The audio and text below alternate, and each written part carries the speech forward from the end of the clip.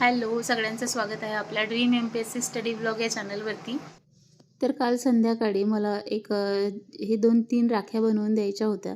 मी मध्यंतरी हा jewellery मेकिंगचा course केला होता आणि क्लासेस पण घेतले होते इतर. त्यातल्या काही जणींनी अशा राख्यांच्या ऑर्डर दिल्या होत्या. तर त्या मी आता सध्या तर बंदच केल्या आहेत घेणं, परंतु त्यांनी खूप फोर्स केला होता. त्याच्यामुळे मग 3 राख्या फक्त त्यांना द्यायच्या होत्या आणि घराजवळच्याच होत्या, तर त्या आम्ही काल बनवल्या. त्यानंतर 15 ऑगस्ट रोजी आमच्या वैभवचा असतो बर्थडे, तर मग आम्ही घरच्या घरीच छोटंसं सेलिब्रेशन केलं त्यांच्या वाढदिवसाचं. फक्त त्यांना ऑप्शन केलं आणि त्यानंतर आम्ही जेवणासाठी गेलो होतो बाहेर. जेवणासाठी म्हणजे थोडंसं असंच नाश्ता करण्यासाठी म्हणून गेलो आणि घरातले सगळेजण आम्ही पहिल्यांदाच असं सोबत सगळे गेलो होतो. त्याच्यानंतर घरी आल्यानंतर मग काय स्वयंपाक करायचं तर काम नव्हतं, तर तिकडे गेलेला वेळ मग तिथे मॅनेज होतोच आपला. मग त्यानंतर सावीला झोपवण्यामध्ये तिला झोपवलं. त्याच्यानंतर अरण्य लवकर झोपत नव्हता, तर या दोघंही लेकरांमध्ये आता इथे तिथे जांभळ्या देत्या बघा, परंतु घरी आल्यानंतर मात्र ती काही लवकर झोपली नाही. त्याच्यामुळे माझा संध्याकाळी पाहिजे तेवढा अभ्यास काही झाला नाही. पण ती झोपल्यानंतर मात्र मी थोडंसं रिव्हिजन केलं होतं माझं आणि गणिताचा काही पोर्शन बाकी होता तर तो केला. थोडं गणित माझं मागे राहतं आहे, कारण एक तर टेस्ट सिरीज होत नाही आहे, नाही तर मग बॅच होत नाही आहे. दोनपैकी एक कुठलं तरी स्किपच होतं आहे. आणि करंटचं म्हणजे कारण दिवसभरात GSचे सब्जेक्ट तर कसे तरी होतात, परंतु ते 2 सब्जेक्ट मागे राहत आहेत. त्यामुळे ते स्ट्रेच करण्याचा थोडासा प्रयत्न चालू असतो. आणि असे छोटे छोटे क्षण जे असतात तेही आपल्याला एन्जॉय करावेच लागतात एकत्र राहतो म्हटल्यावर. माझी अजिबात जायची इच्छा नव्हती, पण नसते गेले तर यांचा मूड खराब झाला असता. त्याच्यामुळे या दोघांसाठी, वैभवसाठी आम्ही काल गेलो. त्याच्यामुळे थोडंसं घरातले या मुलांना तर खूपच छान वाटते. आमची सावी खूप खुश असते असं कुठं बाहेर तिला घेऊन गेलं की. आणि पहिल्यांदाच पप्पा, आई सगळे आमची सोबत फॅमिली होती, त्याच्यामुळे छान वाटलं. त्याच्यामुळे एक दिवस असाही स्पेंड झाला, तर त्याचाही आनंद आहेच. एक जण येतं एक जण येत नाही असंच आमचं काहीच असतं, त्याच्यामुळे हा क्षण आम्ही सुवर्णाक्षरात लिहिण्यासारखाच होता. त्यानंतर हे सकाळी मी 3 राख्या रेडी केल्या आणि अरण्याकडे दिल्या. शेजारीच द्यायच्या होत्या त्या, तर त्याला म्हटलं हे पार्सल नेऊन दे, तर हे त्याने नेऊन दिला. दुपारचे आत्ता 2 वाजलेत. सगळे घरातले कामं संपले आणि विशेष म्हणजे सावी झोपलेली असताना माझा 41 मिनिटाचा स्टडीसुद्धा झाला. त्यामध्ये मी क्लॉक हे प्रकरण करत आहे.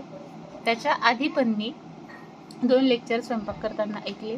त्यामध्ये एक होतं महसूल पद्धती जी आहे ते, आणि एक असं जनरल होतं, तर ते ऐकलं प्रश्नोत्तराचं. तर असे 2 माझे लेक्चर पण झाले आणि हे गणिताचं पण झालं. म्हणजे जवळपास आपण म्हणू शकतो की 1 तास झाला ते लेक्चरचा आणि 40 मिनटं हे असा 1 तास 40 मिनटं अभ्यास झाला आहे. पण मी तो लेक्चरचा कधीच काउंट करत नाही. जो ॲक्च्युअल बसून अभ्यास करते तोच काउंट करते. तर आता कंटिन्यू करणार आहे. तर आत्ता तुम्ही ज्यांना व्हिडिओमध्ये पाहिलं ते आमचे पप्पा म्हणजेच माझे सासरे. यांनीसुद्धा त्यांच्या काळात MPSC दिली होती आणि ते पाससुद्धा झाले होते. त्यांना क्लास 1ची पोस्टसुद्धा मिळाली होती. हे त्यांचं इथे नाव आहे आणि त्यांचे GS 1चे वगैरे असे सब्जेक्ट आहेत. टोटल त्यांना 464 मार्क्स होते 1000 पैकी, आणि त्यांची नोकरी लागलीसुद्धा होती. तर त्यांनी ते जॉईन केली नाही. काहीतरी त्यांचं कॅस्ट कॅटेगरीचा काहीतरी प्रॉब्लेम होता, त्याच्यामुळे म्हणजे त्यांनी STमधून फॉर्म भरला होता आणि ते मग नंतर कास्ट व्हॅलिडिटी त्यांच्याकडे नव्हती, असा काहीसा तो प्रॉब्लेम होता. त्यामुळे त्यांनी ते जॉईन केली नाही. त्यानंतर ते एका कॉलेजवरती प्राचार्य म्हणून रिटायर झालेले आहेत. तर त्यांची खूप इच्छा होती की माझा एकतरी मुलगा MPSCतून लागला पाहिजे. पण आमचे वैभव कृषी सहाय्यक म्हणून लागलेले आहेत आणि यांना पॉलिटिक्स आणि सोशल वर्कची आवड असल्यामुळे ते त्यांच्या कामामध्ये असतात. तर असं त्यांचं ते कागदपत्र चालू होतं बघणं, तर त्यात तो कागद मिळाला तर ते दाखवत होते आणि मलाही ती बघायची होती. त्यानंतर इकडे अरण्य, सावी उठलेली होती, तर तिचं असं खेळणं चालू होतं. हा आहे अरण्याचा मित्र शिवाय. तर ते खेळत होते आणि सावीलासुद्धा मी त्यांच्याजवळ बसून दिला आणि थोडा वेळ माझे गणित मी कंटिन्यू केले. गणिताचं लेक्चर मी हे खेळत असताना कंप्लीट केलं. घरामध्ये भरपूर आवाज असतो दुपारी आणि त्या वेळात फक्त गणित हाच विषय करता येतो. बाकीचं वाचलेलं माझ्या डोक्यात जात नाही. थोडंसं शांतता पाहिजे मला, नाही तर मग हेडफोन तरी कानात पाहिजेत फुल व्हॉल्यूममध्ये, तेव्हाच्या सगळ्या गोष्टी ऐकता येतात. तर जेव्हा आपण एखाद्या दिवशी चांगला अभ्यास करतो ना, त्या दिवशी आपला कॉन्फिडन्स खूप बूस्ट होतो आणि तुम्ही ट्राय करा 2-4 तास जर तुमची ॲक्च्युअल स्टडी टाईम मोजून झाली ना, तर तुम्हालासुद्धा खूप पॉझिटिव्ह वाटेल. नक्की ट्राय करा, तुम्हाला खूप छान वाटेल. फक्त त्यासाठी अट एकच असते की तुम्हाला सकाळपासून सुरुवात करावी लागेल. असं दुपारचं वगैरे आपण डायरेक्ट जेव्हा स्टडीला बसतो ना, तेव्हा खूप कठीण होतं आणि माझंही तसंच झालं. मला उठल्याबरोबर जेव्हा उठायला लेट झालं तर तेव्हा मला खूप इरिटेट होतं आणि त्याच्यामुळे मग मी कानात हेडफोन घालून माझे लेक्चर ऐकणं सकाळपासून चालू केलं होतं. त्यामुळे मग मला नंतर छान वाटलं. तरी त्या सरांचा क्लॉकचा जो काही व्हिडिओ आहे तर तो मी बघत होते आणि आर्यभट्ट बॅच आहे ही, ज्यामध्ये रोजचं एक लेक्चर येत आहे, गणित बुद्धिमत्ता दोन्ही विषयाचे. तर ते मी करत आहे आणि सोबत आपलं बूस्टरचं पुस्तक तर आहेच, ते सोडवते किंवा बूस्टर टेस्ट सिरीज त्यातलं काहीतरी एक सोडवत असते. तर आता काहीतरी वेगळं ट्राय करण्याची मला इथे इच्छा होत होती, की म्हणजे जो टॉपिक झाला त्याचे सगळे प्रश्न टेस्ट सिरीजमधले सोडवायचे. तर पाहूया, कारण ते शोधण्यात वेळ जातो. मग पाहते मी कसं ट्राय करणं होईल तसं मी नंतर तुम्हाला सांगेलच. आणि सर थोडे थोडे मध्ये मध्ये जोक पण सांगत होते, त्याच्यामुळे इंटरेस्टिंग वाटत होतं. पण वेळ भरपूर जातो. मग असं 1.5 तासाचं लेक्चर ते होतं आणि हे 1-1.5 तासाचं लेक्चर जेव्हा आपण करतो तर ते वेळ जेव्हा आपण काउंट करतो तसं वाटतं मधला वेळ आपला तसाच वेस्ट जातो. पण काही ऑप्शन नसतो आपल्याला.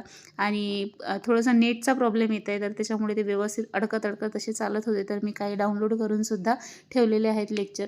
तर सर असे मध्ये मध्ये काही जोक सांगत होते सोशल मीडियाच्या बाबतीत, की आपण ते सरांनी कढीपत्ताची रील टाकली आहे ना, त्याच्याबद्दल बोलत होते, की अशा रील टाकल्या की पटकन व्हायरल होतात. तसंच आहे, चांगला कंटेंट लोकांना आवडत नाही आणि हेच जर का एंटरटेनमेंटचे कंटेंट असते ना, तर भरपूर व्ह्यूज येतात आणि भरपूर लोकं त्याला लाईक पण करतात. तर ती रिॲलिटी आहे शेवटी.